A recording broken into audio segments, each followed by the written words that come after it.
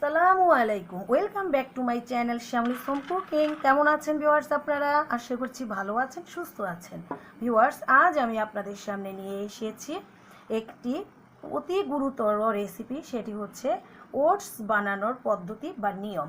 Viewers, oats আমাদের একটি অনেক দামি জিনিস। এটা আমরা বাজার থেকে অনেক বেশি দামে কিনে নিয়ে আসি আমাদের প্রয়োজনে। আর সেই রেসিপিটি আমরা কিভাবে অল্প খরচে বাড়িতে করব এবং সংরক্ষণ করব সেই পদ্ধতি সহ আজ আমি এটি করে দেখাবো ভিউয়ার্স। তো চলুন ভিউয়ার্স, দেখি আমাদের এই গুরুত্বপূর্ণ রেসিপিটি কিভাবে তৈরি করি। ভিউয়ার্স, রেসিপিটি যদি ভালো লাগে তাহলে আপনারা একটি লাইক দিয়ে দিবেন, ফ্রেন্ডসদের কাছে শেয়ার করে দিবেন। আমার চ্যানেলে আপনি নতুন হয়ে থাকলে এখনই সাবস্ক্রাইব করে নেবেন, যাতে আমার আগামী ভিডিওগুলো আপনার কাছে অতি দ্রুত পৌঁছে যায় ভিউয়ার্স। তো চলুন রেসিপিটি তৈরি করি। প্রথমে আমি এখানে নিয়ে নিচ্ছি 300 গ্রাম গম। এই গমটিকে এখন আমি বাজার থেকে আনার পরে কিন্তু দেখবেন গমের মধ্যে প্রচণ্ড পরিমাণ এরকম ময়লা থাকে। তো এগুলো আমরা প্রথমে বেছে নেব। তো আমিও সেই কাজটি করতে যাচ্ছি। আমি প্রথমে গমগুলো বেছে পরিষ্কার করে নিচ্ছি। ভিউয়ার্স, বেছে নিয়েছি আমি সম্পূর্ণ গমটা। দেখুন এখান থেকে কত ময়লা বের হয়েছে। আপনারা এভাবে বেছে নেবেন। এখন এগুলোকে আমি ভালো করে একটু ধুয়ে নেব। একবার না, প্রায় 7-8 বার একেবারে এভাবে মুড়িয়ে মুড়িয়ে ডলে ভালোভাবে বারবার ধুয়ে পরিষ্কার করে নিচ্ছি। ভিউয়ার্স, ধুয়ে নিয়েছি আমি সম্পূর্ণভাবে, অনেক ভালোভাবে ধুয়েছি। এবারে এটিতে আমি দিয়ে দিচ্ছি পরিমাণ মতো পানি। গমগুলো যেন একেবারে ডুবে যায় সেভাবে ভিজিয়ে এখন আমি এটিকে রেখে দিচ্ছি 30 মিনিটের জন্য। ফিরে আসছি আবার 30 মিনিট পর। ভিউয়ার্স, ফিরে এসেছি 30 মিনিট পর। দেখুন গমগুলো ভিজে কিন্তু একেবারে দ্বিগুণ হয়ে গেছে। এখন এটিকে আমি এখানে দেখতে পাচ্ছেন দিয়ে দিয়েছি একটি ছাঁকুনি ঝুড়ি।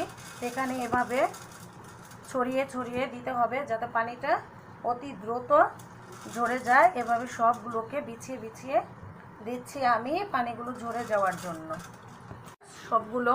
এবার এটির পানিটি ঝরতে থাকুক, ততক্ষণে আমি চুলাতে বসিয়ে দিব এখন গরম পানির পাত্র। ভিউয়ার্স, বসিয়ে নিয়েছি একটি পাত্র। এবার এই পাত্রে আমি দিয়ে দিচ্ছি পর্যাপ্ত পরিমাণ পানি।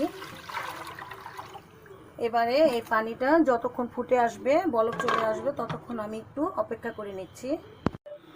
ভিউয়ার্স, পানিটি ফুটে এসেছে, দেখুন বলক আসছে। তো এই বলকের এই পর্যায়ে আমি যে গম ঝুড়িতে ঝরতে দিয়েছিলাম পানিটা, সেই পানিটাও ছাড়িয়ে নিয়েছি। এবারে এটি আমি এটার উপরে বসিয়ে দিচ্ছি। এটাকে এখন ঢেকে দিয়ে 10 মিনিটের জন্য রেখে ভাপিয়ে নেব। 10 মিনিট পর ফিরে দেখাচ্ছি কি করতে হবে। ভিউয়ার্স, 10 মিনিট হয়ে গেছে। এখন আমি এটিকে এখান থেকে নামিয়ে নিচ্ছি।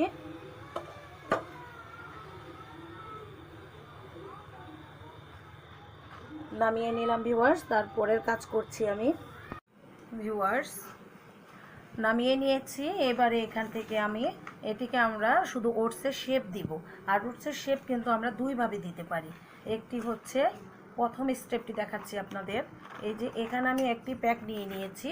আপনারা এরকম মোটা যে কোনো প্যাক নিয়ে নেবেন। তারপরে এখানে দিয়ে দিচ্ছি কিছুটা গম।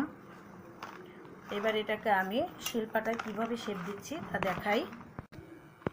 ভিউয়ার্স, এটার ভিতরে নেওয়ার পরে এভাবে একটুখানি প্যাকেটটাকে ভাঁজ করে দিয়ে ভাপটা বের করে নিচ্ছি। হ্যাঁ, তারপরে এভাবে ভাঁজ দেওয়ার পর এবারে শিলপাটার উপরে রেখে এভাবে তেতলিয়ে নিব। ভিউয়ার্স, হয়ে গেছে এটিকে থেতলিয়ে নেওয়া। দেখলেন তো কিভাবে এটি করলাম। এখন এখান থেকে এটিকে বের করে নিচ্ছি। তারপরে ভিউয়ার্স দেখাবো আমি। এই যে ভিউয়ার্স, করে নিয়েছি। তো ভিউয়ার্স, শেপটি যদি এটি ওটসে পুরো নাও আসে, কিন্তু পুষ্টি কিন্তু বাজারে আনা ওটস থেকে অনেক বেশি আছে এটিতে। তো আমি দ্বিতীয়টা দেখাবো। আর সাথে বলতে পারি যে আসলে আমি যেভাবে দেখালাম ফার্স্ট স্টেপ, এভাবে না করলেই বেশি বেটার। তবে দ্বিতীয়টা দেখাচ্ছি, কারণ এভাবে করতে গেলে একটু কষ্ট বেশি হয়ে যায়। তো এবার আমি দ্বিতীয় স্টেপ দেখাবো। এখন আমি দ্বিতীয় পদ্ধতিতে দেখাচ্ছি। ভিউয়ার্স, আমাদের ব্লেন্ডার মেশিনে কিন্তু একটি কাপ থাকে পেস্ট করার জন্য, যেটি আদা রসুন পেস্ট করি বা অন্যান্য জিনিস। আরেকটি কাপ থাকে আমাদের ড্রাই জিনিস ব্লেন্ডার করার জন্য। তো সেটিতে আমি নিয়ে নিচ্ছি কিছু পরিমাণ গম।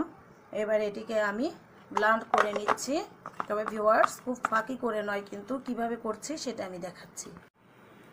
ভিউয়ার্স এই যে ব্লেন্ডার মেশিনে ব্লেন্ড করে আমি এখানে ওটস বানিয়ে নিলাম। ভিউয়ার্স দেখুন, এখন এই যে আমরা ওটস বানালাম এটিকে আমরা কি করব, এই যে এভাবে ছিটিয়ে দিব। ছিটিয়ে এভাবে এটি 2 দিন কড়া রোদ্রে আমি শুকিয়ে নিব। হালকা নেট নেট জাতীয় কাপড় দিয়ে ঢেকে নিব, যাতে ধুলোবালি অংশ না নিতে পারে। এভাবে সম্পূর্ণটা শুকিয়ে নেব 2 দিন। আর এইভাবে শুকিয়ে নেওয়ার পরে ভিউয়ার্স আপনারা একটি এয়ারটাইট বয়ামে এটি সংরক্ষণ করবেন। আমিও কিন্তু এটি এয়ারটাইট বয়ামে সংরক্ষণ করব।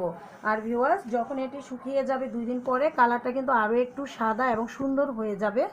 আর তখন আপনারা এটি হালকা তেলে দুধে ভিজিয়ে নিয়ে খেয়ে নেবেন। এটি ছোট থেকে বড় সবাই খেতে পারবেন। আর হচ্ছে আপনারা কি অন্যান্য রেসিপি করেও খেতে পারবেন। আমি আগামী ভিডিওতে অবশ্য ওটস দিয়ে বিভিন্ন রেসিপি আপনাদের দেখাবো, তা দেখার অপেক্ষায় থাকুন আপনারা। আর এই বলে আজ এখানে শেষ করছি। Bye bye viewers.